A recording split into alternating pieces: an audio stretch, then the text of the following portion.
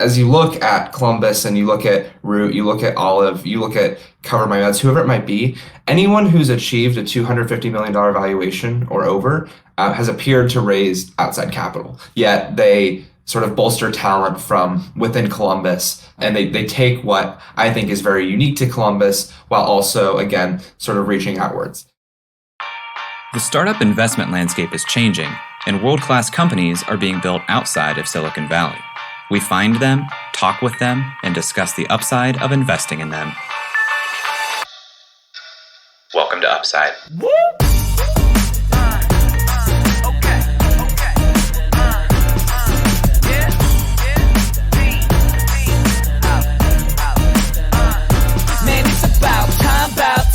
Hello, and welcome to the Upside Podcast, the first podcast finding upside outside of Silicon Valley. I, as always, am Jay Klaus, and I'm joined, as always, by my co-host, Eric. The Browns finally won a playoff game, Hornung. If we did it, man. Browns playoff game, and we did it! Yeah! Oh, I was going nuts last night, man. Especially after that first snap. It was great. We're recording this on Monday, so we won't know if the Buckeyes are winning tonight. But what I do know is I am a Browns fan, and I am a Ohio State fan, significantly less than a Browns fan. But this feels good. Long time coming, Jay. We should have just pretended as if this was Wednesday when it's airing, and we could have said, wow, what a great game that Ohio State won, by 3 touchdowns, 42 to 21. Great game on Monday night. And just been so wrong. But what if we were right? What if we manifested it? Then that would be pretty cool, I guess. Speaking of manifesting and the Buckeyes, we have a couple of Ohio guys on today who manifested their own careers by moving out to the Bay Area. It's not often, Jay, that we have people from the Bay Area who have companies headquartered in the Bay Area on the show. Yeah, this doesn't break our rules per se, but we're getting a little lenient. But I think it's for a good purpose. I think it's a really good story to tell here. Actually, 2 stories to tell here in conjunction, because as you mentioned, Travis and Trent Hedge are brothers. I've known Travis for quite a while, the Hedge Fund, as he's called on Twitter. They are based in San Francisco, but as you said, Eric, they have a lot of ties here to Ohio and Columbus in particular. Travis is the co-founder of Vouch Insurance, an insurance company designed for startups. It was developed by founders for founders, redesigning everything about business insurance from scratch. The company offers a platform that works with clients to manage, mitigate, and avoid risks. Vouch Insurance was founded in 2016, has offices in San Francisco and Chicago. They've raised $94 million to date, Eric. It's quite a lot of money. Especially compared to what we're used to hearing on this podcast. Like, I know if you were talking about the unicorns of the world, that's not a crazy amount, and it's very impressive what Travis is doing. But compared to what we hear on Upside, where it's in the 1.5 to $5 million range, 94 million's quite a lot of money. Vouch went through Y Combinator in the summer of 2019. Previous to Vouch, Travis was at Silicon Valley Bank, and previous to that, he was at Nationwide Insurance here in Columbus, Ohio. His brother Trent previously worked at Root Insurance. Travis is actually an investor in Root and a company called Olive here in Columbus. Trent worked at Root Insurance, is now the co-founder and head of ops for Atmos, another Y Combinator company, in the summer of 2020. They have the entire home building process in one place from design to move-in. So a couple interesting industries here, a couple of really impressive brothers to have on the show.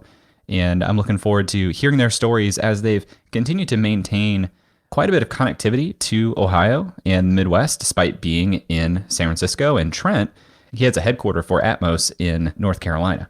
I think one of the themes of Upside is that geography is important, but it's becoming less important. And in this discussion, I think we're going to talk a little bit about how bridging geography works in practice and how it worked in their lives. Speaking of their lives, our friends at Ethos Wealth Management can help you live the one life you have to lead the best way that you can. You can learn more at upside.fm/ethos.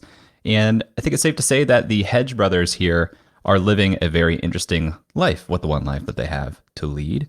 We'd love to hear what you think about this episode as you listen. You can tweet at us at UpsideFM or email us hello@upside.fm. This is the first time Eric and I have been back on the mics interviewing a couple of guests in several weeks. So be gentle with us. Let us ease our way back into it. Thanks for your patience, but we're excited to get back in. And we'll get to that conversation right after this. Hey listener, have you ever wanted to get a message in front of the Upside audience but weren't sure how to sponsor the show or weren't able to do a long-term sponsorship? Well, now you can just go to upside.fm/classifieds and let our audience know anything that's going on in your world, whether it's an event, an application, a special coupon or deal, or just letting them know who you are, what your company does. All you have to do is go to upside.fm/classifieds and you can place an ad on this show. That's upside.fm/classifieds. So let's start here. Trent, Travis, how long have you guys known each other? Well, I've known Trent for almost exactly 21 years. I know he turns 21 here next month. So yeah, we go back a ways. And you guys are brothers. That's what I'm calling out here. Where are you guys from? What's your backstory? You can kind of tell it in tandem or separately where you diverge. So we're both originally from outside of Columbus, Ohio.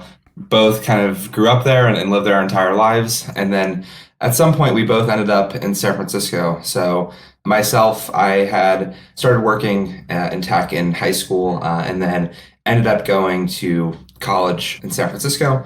Didn't stay in college for long, to be honest with you. But Travis had also made it out. But I'll let you tell that one. Yeah, so I'll tell a little bit, maybe longer story on that. So our parents had a small business in Columbus, small insurance agency. They did payroll, benefits, insurance for, your typical kind of small businesses throughout Ohio and the Midwest. And, we were constantly reminded growing up that we only had those, like our opportunities in life because our parents were able to start a small business. Neither of them graduated from college. Our dad liked to remind us that he grew up with dirt floors, or classic kind of, walked uphill both ways in snow kind of story. But he, really impounded that in us. And I think, grew up wearing a sweater vest to career day, saying I wanted to be an insurance broker like my dad and all that.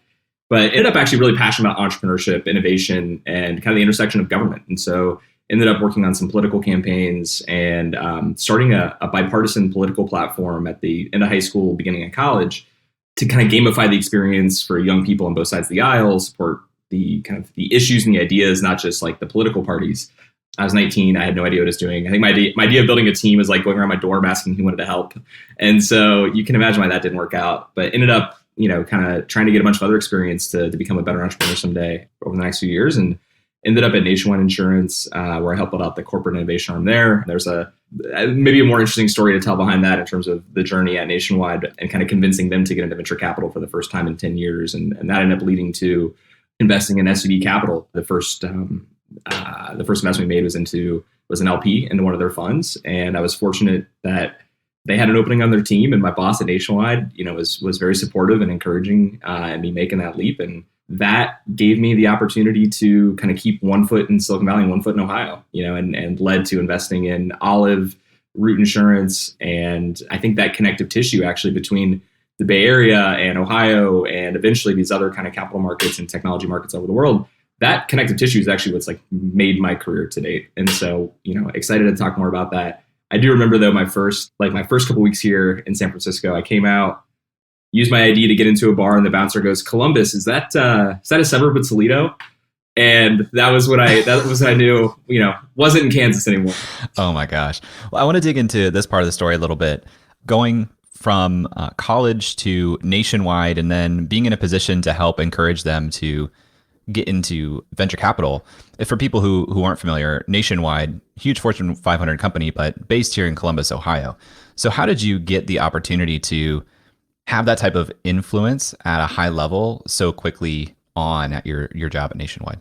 To be honest with you, I was just bored out of my mind in my first job there. I was in the rotational program, and the first 6 months was an internal audit, which gave me a chance to learn a lot about how the business worked and how, ratings agencies worked and all. It was, really good experience, but I was bored out of my mind. And so at the same time, my then girlfriend, now wife, was doing a semester in Silicon Valley as part of her college experience at Miami of Ohio. I had friends like Andy Sparks in the Bay Area and, had spent time around folks in college. And so I just started, at the same time, I saw that Nationwide had really changed the landscape in Columbus by investing in the Arena District. And at the time they were building out Grandview Yard, and they were leveraging their balance sheet to not just, invest in assets, but to also develop the community. And it also made it a better place to attract talent for the company, right? And so that sort of virtuous cycle got me thinking a lot about, well, why can't we apply the same lens towards technology and innovation and venture capital?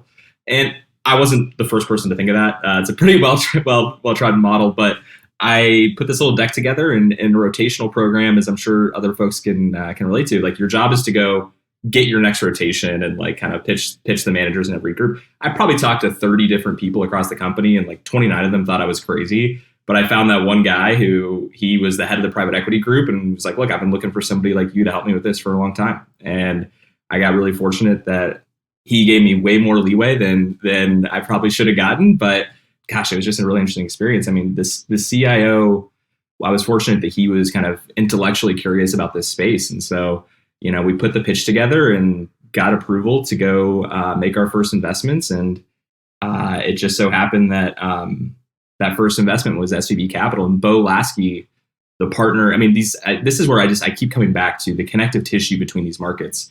Bo started calling on Nationwide as an LP because he was from Michigan and had launched his venture capital career in Michigan. And so he was familiar with the Midwest and capital markets here. And even though he's a Michigan guy, alum, he and I ended up bonding over kind of those shared experiences, even as an Ohio State guy. And I was fortunate that those dots kind of all ended up connecting. I want to ask one more question on this point, because we haven't really talked about corporate venture capital very much on the show. It sounds straightforward and it sounds kind of obvious. If you're listening to this, you don't have a ton of experience into it. But when you're inside the machine, you're inside this company that has existed for so long and has so much at stake, what are the considerations that push back on corporate venture capital happening within a large Fortune 500 company that you had to fight against? First and foremost, I think at any time you're working with a group like that, you have to understand like what's in it for the people involved, right? The CIO at Nationwide is responsible for managing a $100 billion balance sheet with an A rating from the credit agencies. And so that stability, I mean, that capital exists not to make interesting investments. It exists to be there to pay out claims eventually in the event of crisis. And so, they have to be a steward of that capital, and every single institution lost their shirt. Not every single institution. The elite colleges have been making a lot of money, I think, in this time frame, but that's a different story. Lost their shirts in the late 90s, early 2000s. And so there was a ton of scar tissue to overcome from that. I mean, I saw the investment returns. They were not pretty.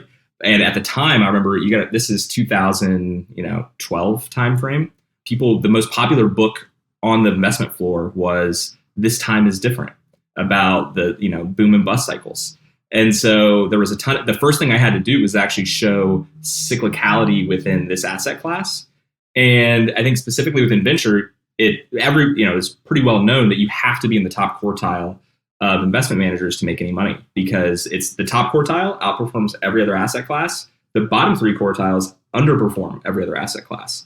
And so the conversation was less about, hey, is this interesting? It was more, well, why can we get into that top quartile if everybody else is sitting there camped out on Sand Hill Road begging for allocations?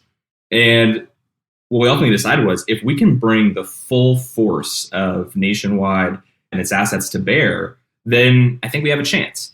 And ultimately, as an insurance company, as a large buyer, et cetera, we started kind of making that case. And I remember our first trip out, we met with Lightspeed and Redpoint and NEA, and ultimately invested in SVB Capital. I think that had a really interesting story there. Those Lightspeed funds ended up being spectacular with Snapchat and a bunch of others. But anyways, that was kind of the story we had to tell and the pitch we had to make. But they weren't, to be very clear, like, I was making the decks and making the pitch. They weren't just listening to me as a 22-year-old kid. This is a consistent pattern. I was fortunate to lean on the credibility of those around me, and we sort of propelled each other towards that goal. So Trent, your brother, he's stripped off the sweater vest. He doesn't want to be an insurance broker anymore. He's working at Nationwide, going out to San Francisco. How aware were you of what he was doing, and what were you doing in the meantime? Yeah, good question. I was really lucky to have Travis at that time. So our parents were actually kind of going through their own battles, and Travis had kind of stepped in as this fatherly-like figure to me. So I was really interested in what he was doing. I remember I was probably in early middle school at the time, and I would go down and stay with him in the Arena District, and I just wanted to kind of learn what he was up to. I wasn't super satisfied with what I was doing in school at the time. When I was about 12, I had started this landscaping company, and we ended up doing about $60,000 in revenue over a summer, and I kind of taught myself how to build websites, and I was curious in just what I could do when I released something digital to the world. After like putting enough shovels into the ground, I'd kind of realized that I was doing things the wrong way. So did that for a couple of years, and as I continued to talk to Travis, and he was eyeing investments within Columbus. He had just moved out to San Francisco. I thought what Root was doing was really interesting. So I ended up going and talking to Alex at Root. And I found this, it's funny, he mentioned gamification earlier. I found this intersection of teen driving and insurance policies and sort of bundling really interesting. So when you think about it, bundling is sort of the best defensibility as it relates to LTV for any given customer in the insurance industry, whether it be like home and auto or even on the business line. Travis could probably talk more about that. If you look at it, there's a strong correlation between the riskiest asset classes in auto insurance and teen driving. So the idea was that we could gamify it, and that's something that I think like my generation, Gen Z, can kind of get behind. And at the same time, kind of backdoor our way into family insurance policies, which at the time Root was actually kind of struggling with. They were dealing primarily with individual drivers. I mean, this was like 3 months after Root launched or something like that. Yeah, like, this was very soon. Yeah. This was very, very soon. So funny enough, my school, of course, had no support in it. They thought I was crazy, and I tried to get them in, but ended up doing it anyways. So like I remember I pitched a grill in our parking lot at the school, and I started flipping pancakes, and I made the entire school late, which like didn't go over super well. 2,400 kids late to school, and drove the highest app download day in any given day to date for Root. So that was funny. Anyways, worked for them for a little bit after that. Ended up going and working for a real estate tech company in Columbus. So I was in my senior year. I was actually playing. Trent, can we tell that story a little bit? Yeah, go ahead. So, because actually it is back to this like intersection. I actually think the best thing that ever happened in my career was the Southwest direct flight from Columbus to Oakland. There's more behind that, but in this case, the entrepreneur was out in the valley raising capital. He and I went to go get drinks one night, and I'm telling about, my younger brother, he's got all this potential, but he just got a little trouble at school. He can go one of two directions from here. To his credit, my friend was like, look, man, I've been there. Like, let me talk to your brother. And that was it. It was just like a coffee chat, and Trent took it from there. But funny how the world works sometimes. Amazing. And so Root Insurance just IPO'd. You guys are talking about probably like a 2015, 2016 timeframe. Travis, as you're starting to, take hold with Silicon Valley Bank and move out to San Francisco, and Root Insurance is just being incubated, Columbus probably looked a lot different even then than it does today. Can you help talk about like the Columbus ecosystem then and set the context for how that might be different to today? Well, Trent, I actually want Trent to share a quick story on this, because I remember at the time he was going to meetups in Columbus, and he and I were talking all the time about the differences. And there was one quote that always stands out to me. Trent, you know what I'm talking about? Yeah, I would always hear that Columbus is going to be the next Silicon Valley for X. So be it fintech, insurtech, whatever. And I kept hearing this over and over again. It kind of stuck in the back of my head because on one hand, I really appreciated the whole chip on the shoulder mentality. And I think that that's something that Ohio does really well. But on the other hand, I was sitting there thinking, why are they kind of shutting themselves out from people who have already done this and done it really well? I found this kind of like defensive approach of we're going to do it on our own. And as you look at Columbus and you look at Root, you look at Olive, you look at Cover My Meds, whoever it might be, anyone who's achieved a $250 million valuation or over has appeared to raise outside capital. Yet they sort of bolster talent from within Columbus, and they take what I think is very unique to Columbus while also, again, sort of reaching outwards. And so when I asked myself, fast forward a couple of years, and we can go back to this, but fast forward a couple of years, and I was working as a product manager at a startup my senior year of high school. I was sitting there contemplating if I wanted to go to school or not in San Francisco. And it was ultimately that one phrase that kind of drove me out of Columbus. I thought that eventually Columbus would learn, and that you're not going to replace Silicon Valley, but rather if you can pull in as many people as you can, then that would be great. So I remember the year I went to school, there were people now being recruited from Twitter, for instance, to leave and come to Root. And I thought that really that was the right approach. So anyways, I ended up going to San Francisco, and now I'm happy to have the 1 foot in, 1 foot out, just like Travis had said earlier. Yeah, and I think for like that phrase just stuck in my head a lot as a mentality, and I came across it a ton as well. So when I was at SVB, we took a run at raising a fund of funds and an investment vehicle specifically for the Midwest. We really spent a lot of time on this, but the challenge I kept running into was this almost. I think this chip on the shoulder mentality that Ohio has, this Ohio against the world mentality, it treats us very well in sports. It treats us very well in a lot of, I think, walks of life, but it can be too insular sometimes. And so a couple things happen. One, look at Drive Capital. I think you guys have told that story, a ton of times, but I don't think it's a coincidence that one of the first things they did was hire Robert Hatta and invest in their talent network. And, pretty much anyone with a semblance of connectivity to the Midwest, our one mutual connection on LinkedIn is always Robert Hatta. And I think that's, that was a really smart move on their part. Secondly, I mentioned that direct flight between Columbus and the Bay Area. That was critical to getting investors on the plane. For both Root and Olive, I saw that firsthand. And it's hard to overemphasize how important that is. And then thirdly, so I used to also cover Europe and Israel from a fundraising perspective. We had to raise capital from institutional LPs and then, invest in those regions as well.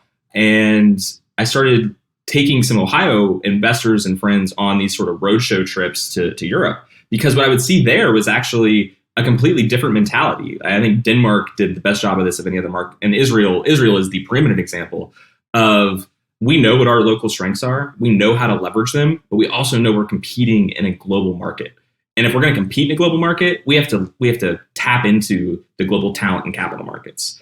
And it's, I think it's not just how big can Columbus be, it's how big can we all grow together by leveraging those resources. And I think we've all seen that trend that was already underway obviously get accelerated over the last year. Do you think this concept of communities, not just Columbus, but communities that are what some people would call like tier 2, tier 3, tier 4 in the startup community development cycle, are going to permanently be dependent on Silicon Valley for capital and talent? Or do you think that this is a point in time in a changing landscape? It's a point in time. I think permanently reliant. No, absolutely not. Do I think that Silicon Valley will continue to be sort of at the heart of the global, innovation economy? For sure, yeah. But if you go back 10 years ago, it was the node with maybe a few small offshoots, right?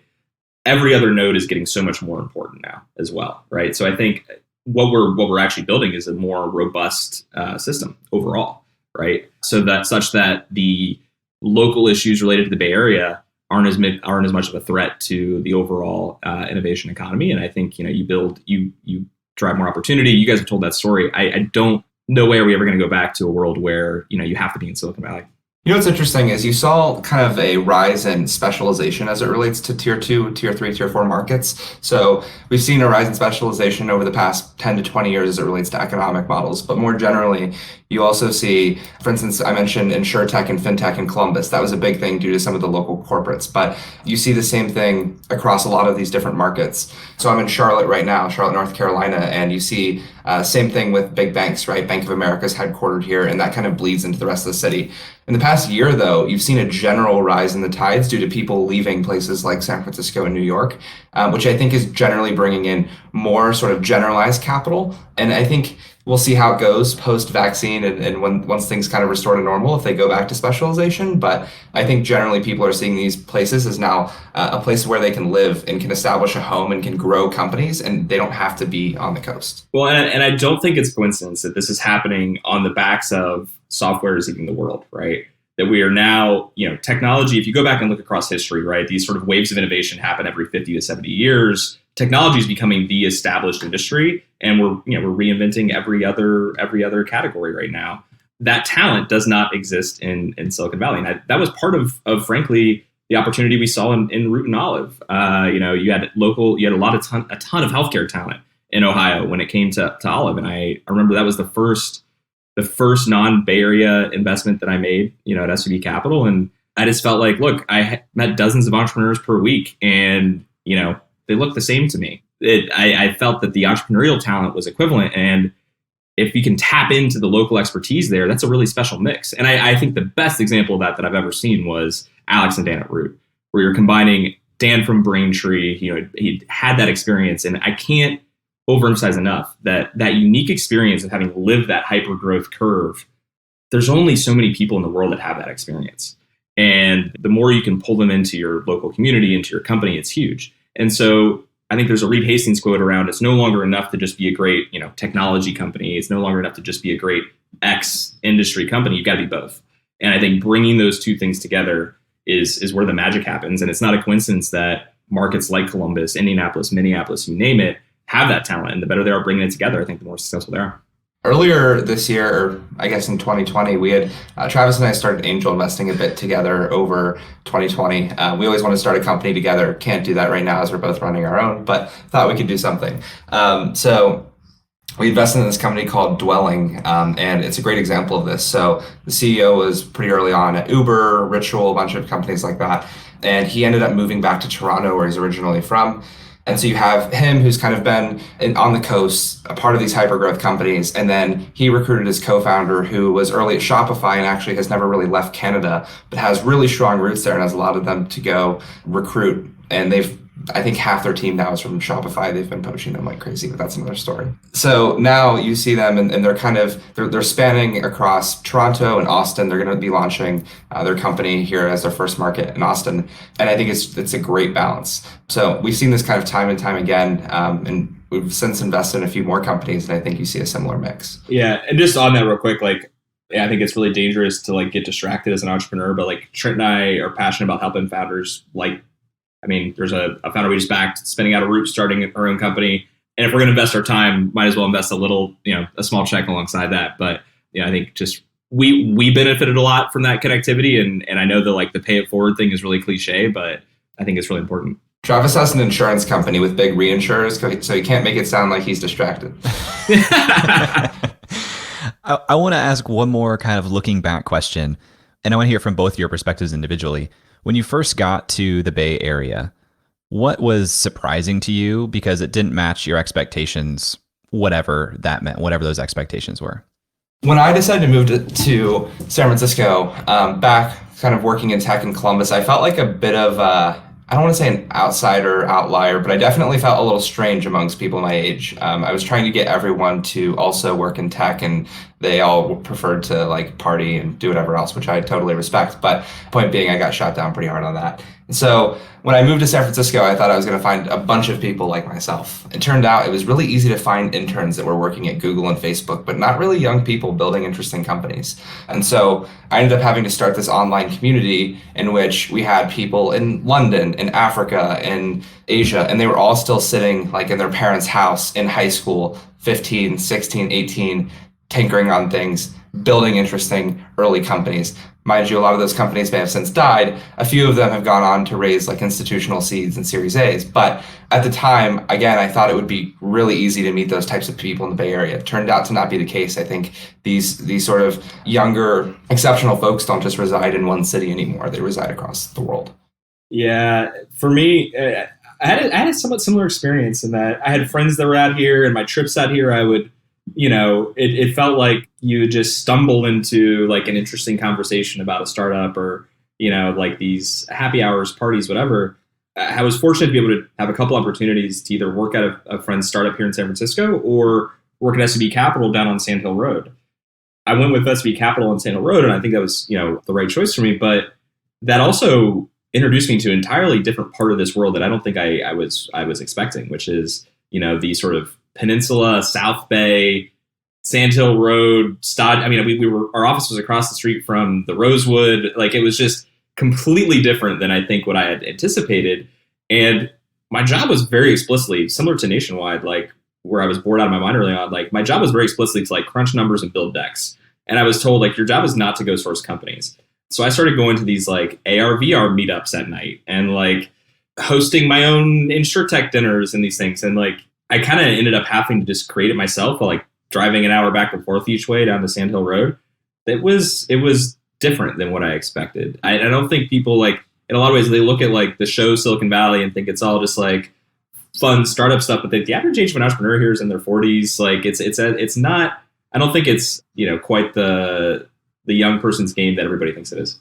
The other thing that I wanted to ask you guys, a lot of people, when they make the move to San Francisco, it's like, I can't find what I'm looking for in my home city. Like, I'm just going to go where the action is. And they kind of build a new identity for themselves as a San Franciscan, and this is like their life now. And you guys have continued to maintain ties back to Columbus and now Trent with Durham and Charlotte. So I want to hear how you guys thought about your identity and why you continue to consider and visit and invest in other cities outside of the Valley. Well, it helped that Ohio State won the national championship the year I moved to San Francisco. But seriously, there was this like a local. I was known as the Ohio guy in the office, like straight from the gate. And when Sean Lane came out and pitched Olive, and then 6 months into being at SVB, I was like, that insurance thing is really broken. I should go spend more time.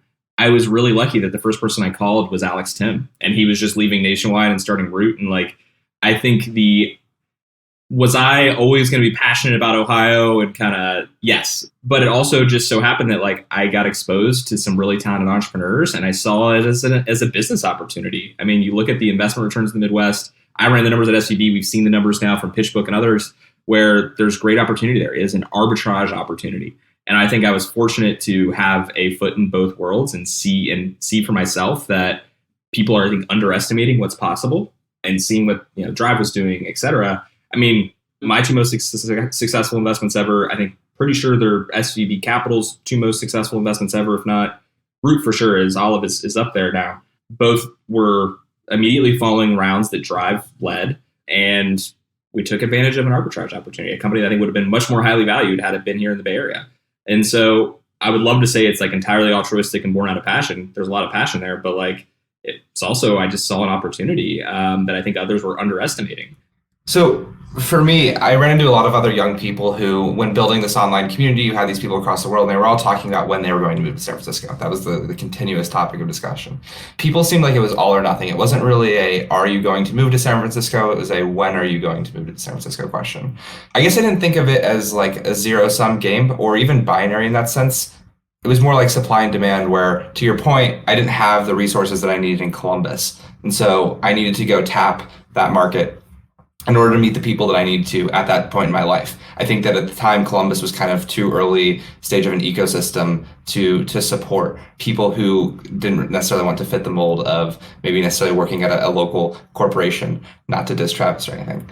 So at the time, when I moved out there, I was like, wow, this is a really polarizing place. Like you see people defecating on the streets, and at the same time, you see people going and raising, $100 billion rounds that they wouldn't be able to raise in the Midwest or elsewhere.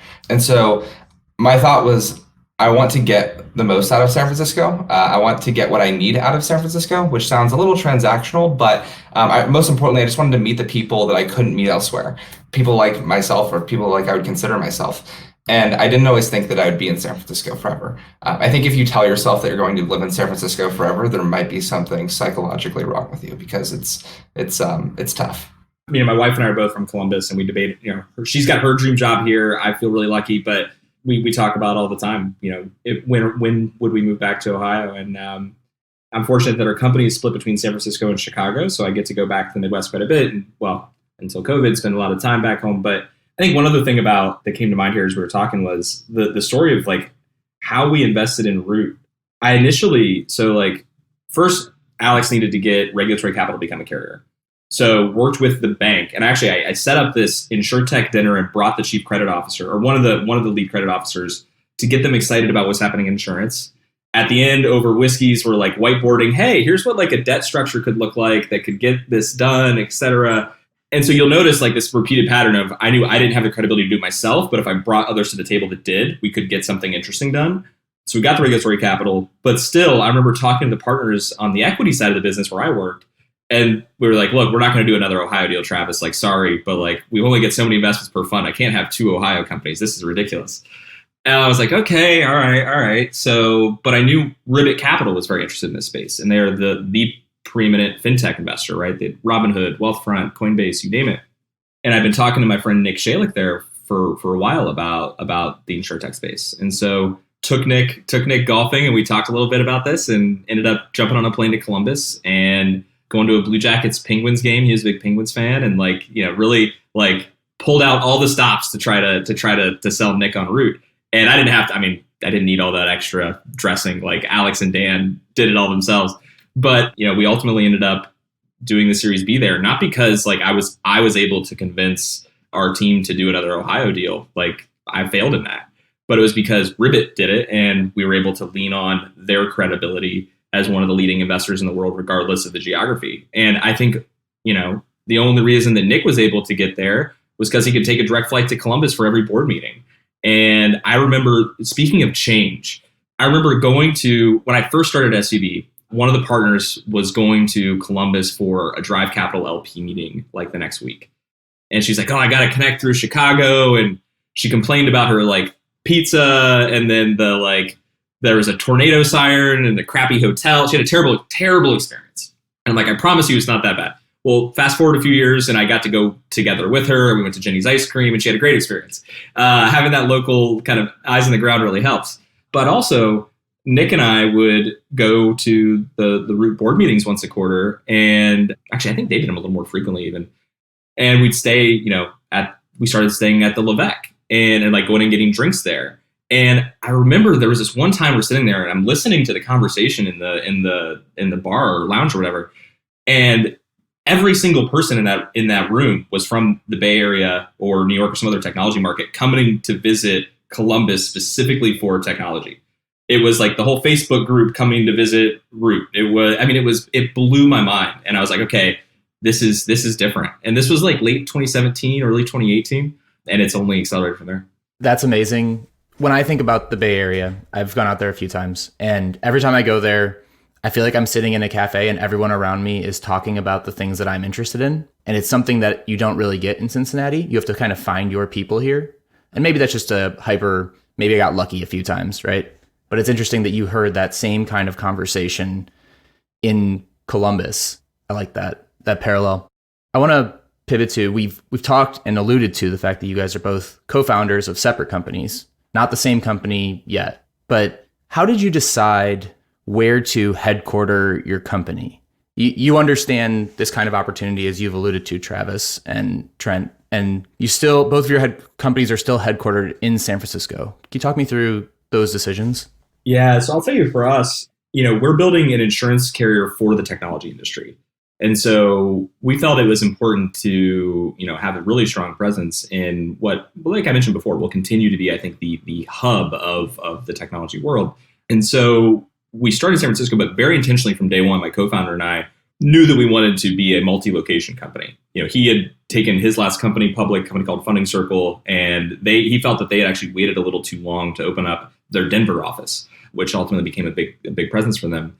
And so that was one of the first, we mapped out our core values, we mapped out a lot of things, but that was one of the early conversations of, hey, where do we want to have our second, really not even second HQ, like we were going to be fundamentally split from day one. So we ran this big analysis. We looked at insurance talent and migration trends and which development languages people were writing in these different markets. And we narrowed it down to Chicago, Denver, Columbus, and Madison for different reasons. Obviously, I was pounding the table for Columbus. But ultimately what we found there was, one, there was a ton of personal lines insurance talent in Ohio, not as much commercial lines insurance talent, which is what we're building. 5 of the top 10 commercial lines carriers were based in Chicago. They had 2 direct flights per day versus the 1 or 2 back to Columbus. And so I ultimately didn't end up winning that argument internally. And Chicago's been fantastic for us. We found amazing people there. I've really, I got a lot of friends and family there, so that's been great. And I think that decision to be split between the 2 cities for day one, frankly, coincidentally, helped us build the muscles that it took to thrive in the current environment. Yeah, so Travis mentioned that moving out to the Valley wasn't quite the, everyone's young and they're all living in these hacker houses experiences that he thought they would be. So for me, I actually ended up in one of those experiences. I would say Trent lived the quintessential experience. I was a little jealous. So I ended up living in this house with my co-founders, and we were just starting to build what is now Atmos. And for us, it was actually really great for recruiting purposes on the engineering front. I think now, it's super competitive in terms of engineers, and we're now looking elsewhere. But at that time, it was kind of all we knew was building a company in San Francisco, which sounds very naive at the time, but it was kind of just the default. Now we are transitioning to what we would consider a remote first company. So it might say on paper that we're headquartered in San Francisco, but the majority of our team is outside of San Francisco. So we have folks in LA, we have folks in Canada, we have folks in Raleigh, we have folks in Columbus, and we actually have an office in Raleigh, North Carolina. So for us, we think a lot more about kind of this hub and spoke model moving forward. And because we have such a physical presence, for context, we're building homes, we have to have some sort of probably physical office in each one of our markets. So I don't necessarily view it as we're a San Francisco company.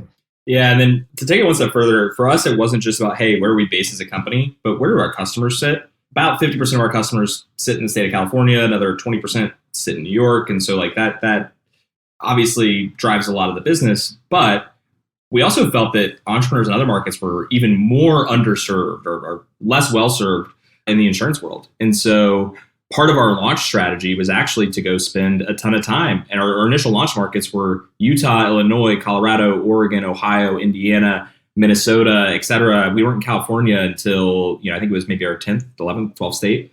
And I actually think that was one of the best things we ever did. And not only was I just, again, passionate about these markets and that building that connective tissue, but it was just, I think, a smart business move because, we weren't competing against the digital brokers so much there as we were the legacy offline brokers. And so that gave us a chance, Eric, to your point about like the right coffee shops, the right what have you, like I was able to go post up in co-working spaces in Lehigh, Utah and go door to door and, talk to folks about insurance.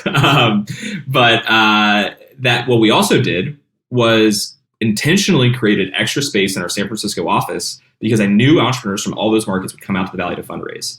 And so when Calvin Cooper from Rove came out to the Bay Area, he would work out of our office. And there were dozens of entrepreneurs like that. And those are some of our closest, most loyal customers today. And so again, it just all kind of came back to that connective tissue. To be clear, no one likes that guy who knocks on their door to talk about insurance. Hey, I wasn't here. I'm not in the business to make friends. So you mentioned customers, you mentioned employees. How much do your investors care where you are? And if you said, we're leaving San Francisco today, what would be the sticking points or friction, if there is any? Well, I can say for us, I don't think it would matter all that much, to be honest, especially today. I mean, if we would have had this conversation 12, 18 months ago, maybe it would have been a big deal, but I think we're fortunate to have a bunch of investors. Our investors have made a lot of investments outside the Bay Area, whether it be Y Combinator, Ribbit, SVB, or the other. Like, it was not a sticking point for them. I think we would have gotten some challenging questions. Hey, how are you going to address these talent issues? How are you going to address these managerial issues? But I don't think it would have been a showstopper by any means. Now it's every board meeting's on Zoom. I don't think they could care less. I mean, for us, our investors just care about us having some sort of FaceTime with our customers, and they don't care really where we're based. Our lead investor in our latest round was Khosla, and Evan Moore at Khosla was previously pretty early on at Opendoor and at DoorDash. But at Opendoor, they had a very similar model where they had first launched in Phoenix and Dallas, but they were headquartered in San Francisco. And so for us, we have a very similar playbook. Real quick tactical follow-up there, Trent. Are your board meetings in San Francisco? Not this year because they're on Zoom, but yeah. So funny enough, we still don't really have an investor-based board. So it's just the founders on the board. So we're able to do it from anywhere. Let's say you're talking to an entrepreneur in Des Moines, Iowa. Would you recommend that they go and visit San Francisco if they're working on fundraising? And if so, how should they present themselves in the company that they're trying to build? Yeah, 100%. Now, I mean, look, it depends on, I think, the kind of business you're building, because I think it's whether you're investing in venture, real estate, you name it, it's about matching expectations in capital markets, right? What, from a duration perspective, from a risk perspective, you name it. And I do think that things have changed in terms of a lot of the investors you see in the Midwest are taking a bigger, longer term view. But I still think there's a lot more singles and doubles focused investors there than there are home run and grand slam focused investors. And so if you're building a single or double business, like, you should know who the right investors are and where they sit for the kind of business you want to build. And I think it's great that there's a lot of alternative financing coming around, like PIPE and others that I'm really excited about. But I talk to entrepreneurs all the time about, how about your fundraising strategy? And I think as much as anything, the feedback, the muscle of putting yourself, you're competing in a hyper competitive market. Well, you should want to have your business challenged by the smartest, most sophisticated investors in the world that have seen as many of these opportunities before, right? I'm not saying they all exclusively sit in Silicon Valley, but it has the highest concentration. And so I tend to subscribe to, the strategy around putting your list together. You actually want to talk to some of your kind of second tier investors, or not investor, but like your second tier of your list first to kind of get those reps in, build your pitch, right? Build some interest in market before you go after kind of the top of your list. Again, depending on how mature your pitch is, how mature your business is. And there's a whole separate conversation around how to build a great pitch. And I think the pitch that works in the Bay Area is different than the pitch that works in Cincinnati, for instance. Investors are looking for different things. And so like any pitch, it's understand your audience, put yourself in their shoes and kind of craft the right narrative. But I absolutely encourage it because I think it helps build that muscle. And actually I talked to Alex Tim about this. Like he and I are now fortunate to be like helping some new entrepreneurs kind of get off the ground. And he actively encourages them to go through that. It was, you talk to him, it was 2 or 3 of the worst months of his life, but adversity is what makes or breaks you. And you either grow through it or you shrink. And if you want to continue growing as a business, I think putting yourself through the ringer there can be a really, really worthwhile experience. My opinion on this is that it actually comes down to timing as to, it's not really if you should go talk to people on the coast, it's more so when, which I'm not saying every company has to go raise, coastal capital, but I do think to Travis's point, you should go ahead and get reps on goals. So to me, and I'm still trying to figure this out because I've seen companies now do it one of 2 ways. One is you are taking pre-seed checks or angel checks locally. You're not really wasting time in a critical point in your company in which you're trying to figure out what do we even do when you're trying to go spend more time with customers than you are investors on Sand Hill Road. And I think that, frankly, that's probably better time spent. But the other side of this is I'm an investor and I'm looking to invest. I'm kind of, unfortunately, there's a lot of signal-based investing. And so you have folks who are looking at, let's say, in a company that we invested in had taken money from Raleigh, North Carolina. And I know that this was a struggle of theirs when they went to go fundraise. People were like, who are these investors? We've never heard of them. Is this even an interesting company? And so typically when sort of investors are doing their initial flyby, they might see that and just kind of pass. Luckily, they had gotten into Y Combinator. They were in my class for that. So I think that had kind of helped them cross that curve. But I think for a lot of people, unfortunately, that's a reality. If you don't start with sort of high quality, unfortunately, high signal based investors, it actually hurts you when going to raise your more institutional seed. I think it's this fine line. And frankly, I'm still trying to figure that one out. Yeah, unfortunately, I think I've learned over the years, pragmatically, you have to value that signal, right? Whether it be with the individuals involved in the business, the investors, the customers, you name it, those things do ultimately matter in the marketplace. And then the other thing, Jay, to answer your question more specifically around how to position your geography, I don't think you need to include your geography in your pitch anymore. Now, if it comes up, what I hate to see is folks getting defensive about it. I think more you should lean into it as a selling point. We are building a fintech company, and this is why we have amazing access to talent and expertise here in this area, and why this is not just why I chose to build the business here. It's why this is the best place to build this business. And if you don't believe strongly in that, then maybe you should revisit where you're based. But the last thing I would want to do is be defensive about it. I think taking your guys' answers together, it kind of you were talking about the pitch, Travis, and it made me think that the strongest pitch is probably Sequoia's leading our round. Doesn't matter how many times you pitch, you just say that and you're good to go. Anywhere in the country. The data around Sequoia follow-on rounds would suggest you're very right about that. Yeah. I want to take Jay's question a step further. So we talked about the transactional idea of going out to the Valley to fundraise, which you'd go out there a few times a year, whatever, but you're not changing anything about your life other than spending a few weeks in the Valley. If there was a 15, 16-year-old Trent who's sitting in one of these cities, or a 22-year-old Travis, we talked about this mantra earlier, this motto of the next Silicon Valley, and how that put a chip on your shoulder, and it kind of insinuated this insular thought pattern. Would you recommend that younger, newer version of Travis living in today's world, that younger, newer version of Trent living in today's world, go out to the Valley for a few years and then figure it out, or stay local for the next few years and invest in their local community?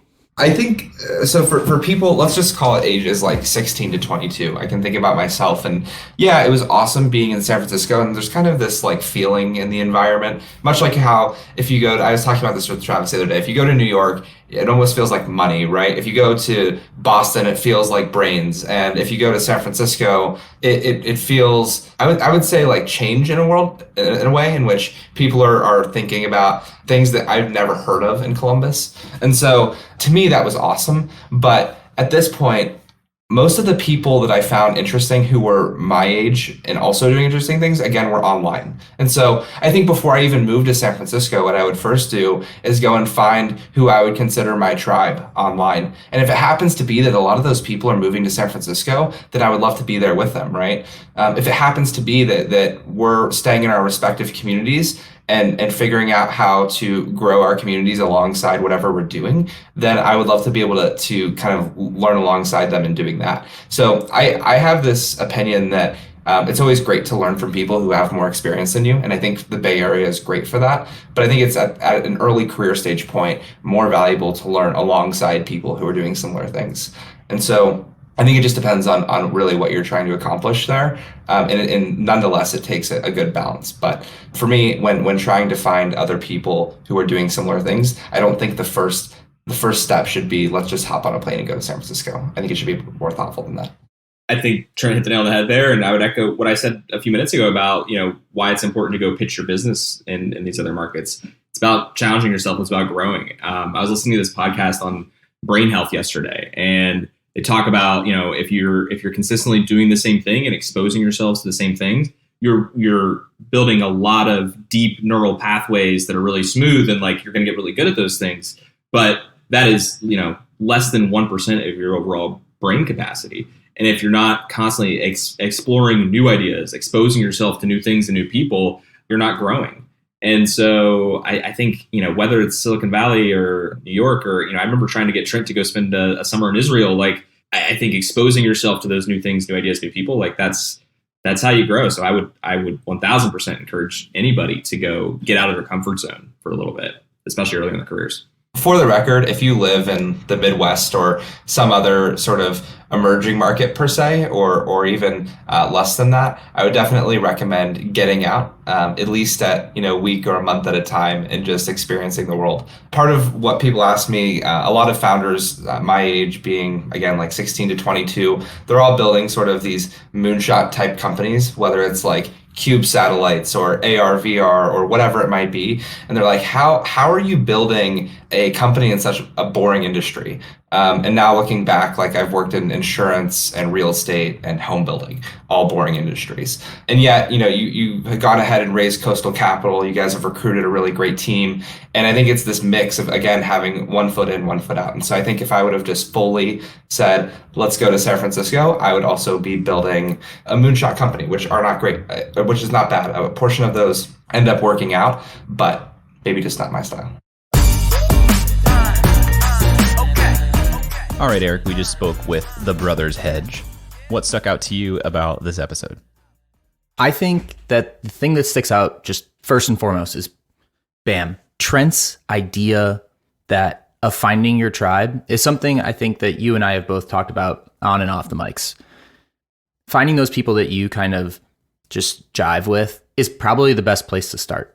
And his kind of tactical idea of find them online first and then figure out where they're going, I've never thought about it like that. But it's so simple. It's such a low risk way of finding your tribe. Totally. I think it's incredibly timely. I mean, everything is obviously accelerated in this way, but I think that actually Trent's generation, the younger generation, is more akin to doing this because they are fully digitally native. You and I kind of grew up one foot in the old world and then learned how to use AOL Instant Messenger and everything else like that and kind of got our way into it. But I think that's becoming way, way, way more just a part of growing up now, is finding and building your communities online. I think there's a lot of risk that goes with that as a young person, but I think that's incredibly timely and I think a really good thing. I think a net positive. I do think it's actually a lot harder to build safe, comfortable communities digitally than it is in person, because there's just walls of anonymity and it's easier to be a jerk. which sucks, but I think it's a good idea.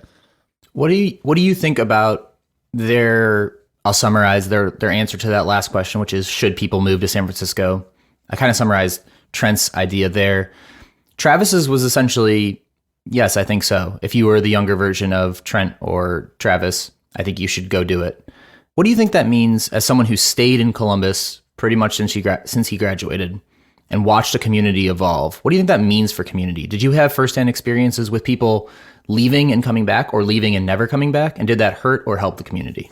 Yeah, 100%. I mean, I think from like a startup community, or really any community, if you have people that are at the core and a huge part of it, they're connected tissue between a bunch of other people, when they leave for whatever the reason, it really hurts that community, because that's like almost like a beating heart of that space that is gone, that has to be replaced. I mean, we talked about this before, but I think it happens a lot with community builders in places across the country, because it's mostly a thankless job, and you realize that you have opportunity, and why don't I just go look out for me for once, and you go somewhere else.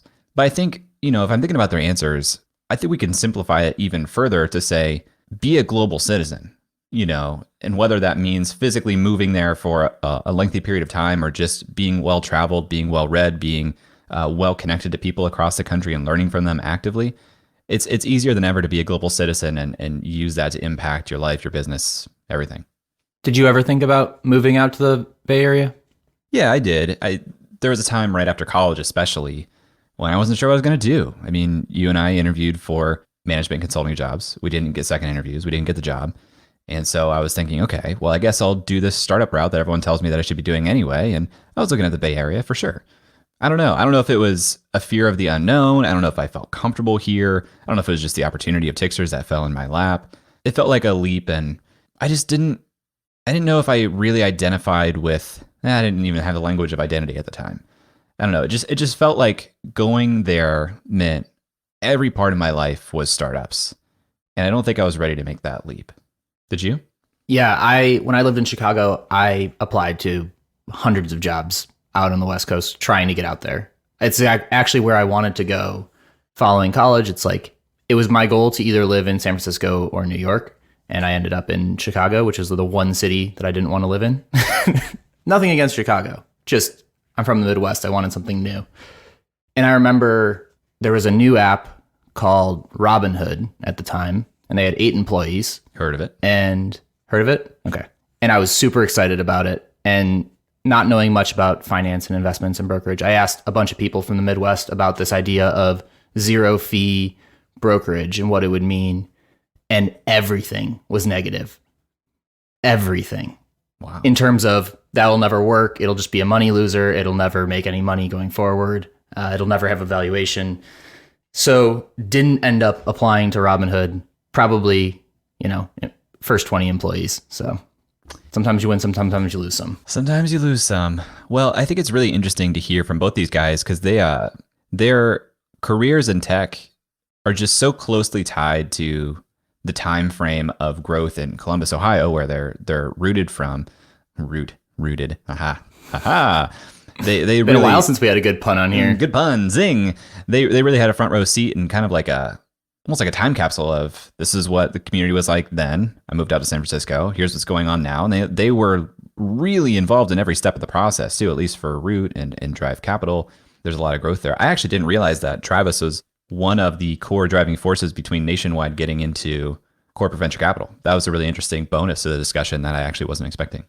It goes back to what we did when we created Test City USA. Was the time capsules are important. The history is important. The trajectory is important. And you can't really know where you are at any given point of time. You can feel like you're on an upward trajectory, but you don't really know where that's going to go, because we underestimate what a city, a person, a company can do in 10 years. So things can move faster than you think. If you guys listening to this want to learn more about Travis's company, Vouch, you can visit vouch.us. And if you want to learn more about Trent's company, Atmos, you can visit buildatmos, that's ATMOS.com.